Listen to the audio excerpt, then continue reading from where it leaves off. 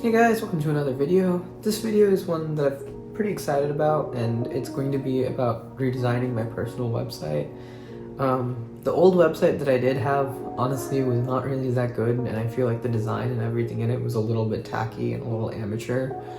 And now that I also have a little bit more experience with using a real front-end framework like React, I thought it would be a good idea to go ahead and design a new website using React.js, Next.js, and also using Tailwind CSS. So yeah, I hope you guys like this video, and let's get right into it.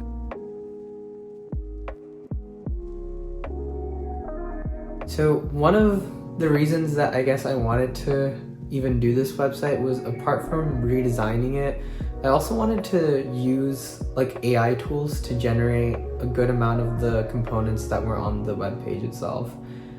I haven't really ever used AI in any form of development, and I thought this would be just like a good way to kind of first test out and look at things and see how AI can help to actually create websites.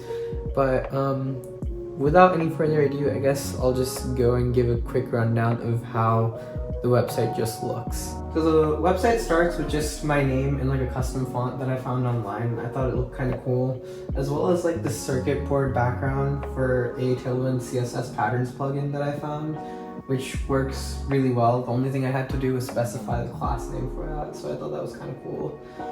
From there, it just goes into some things about my experience, followed by my education, and then projects that I've had, as well as skills and certifications that I've earned. And then from there, it just has like a contact part and then the footer at the bottom. Yeah. Okay, so with the rundown of the website out of the way, I guess I'll kind of give like a brief overview of why I chose to like use Tailwind.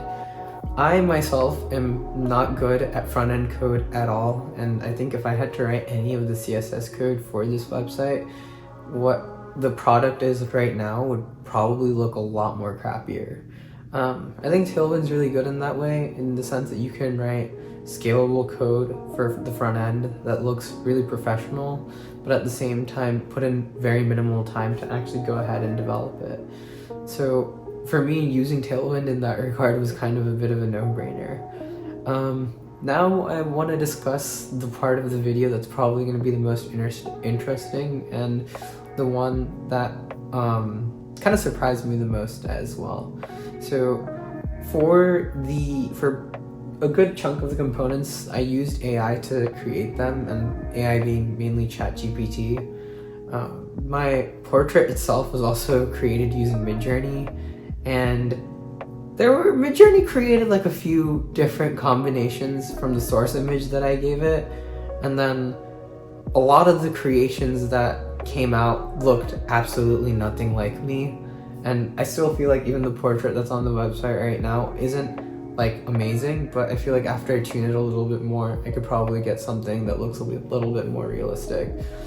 In terms of the portrait that it did create, I thought it was still really cool looking and kind of going with the tech vibe that I was looking for.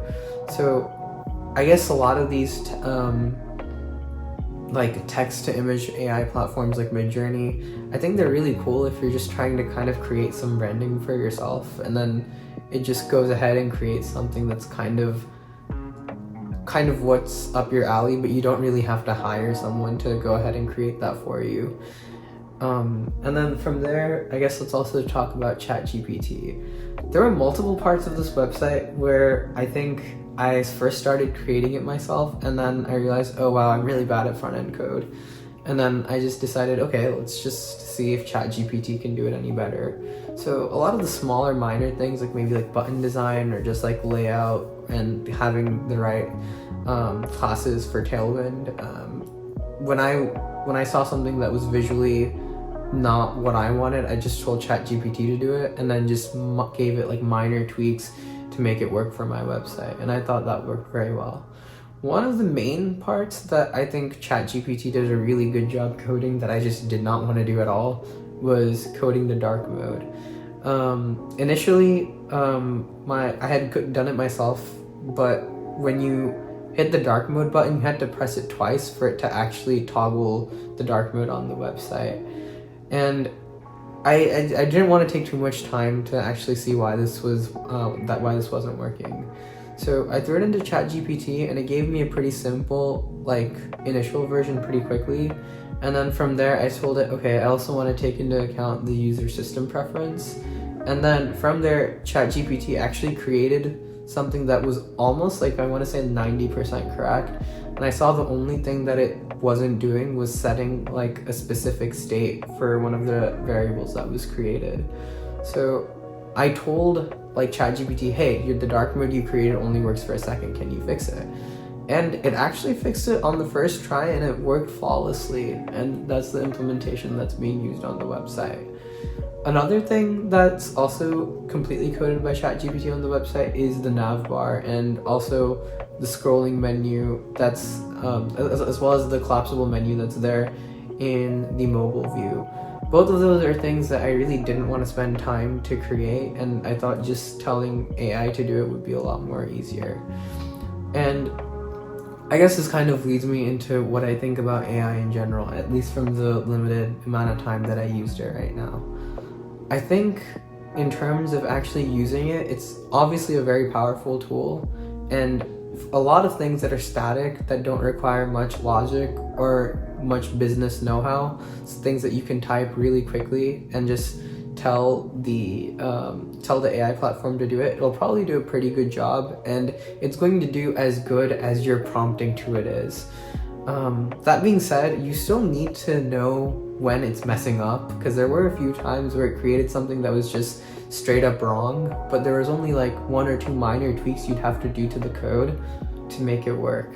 And I feel like in at least the next 5 to 10 years, things like website generation or any like backend processes that are very like manual or things that don't require a lot of business logic inside them will be some things that AI can automate pretty well. But you're still going to need to have, I feel, at least the human intervention to some extent, just to verify that what's created by the AI is actually going to be usable for the business purpose it's intended for. But for at least this project, I'm pretty happy with how it turned out. And well, I guess everything timed out on my computer there. But I'm pretty happy with how everything turned out, and I think I'll probably try using AI tools more in the future if I have more personal projects. But yeah, hope you guys liked this video. Like, comment, share, and subscribe, and I'll see you in the next one.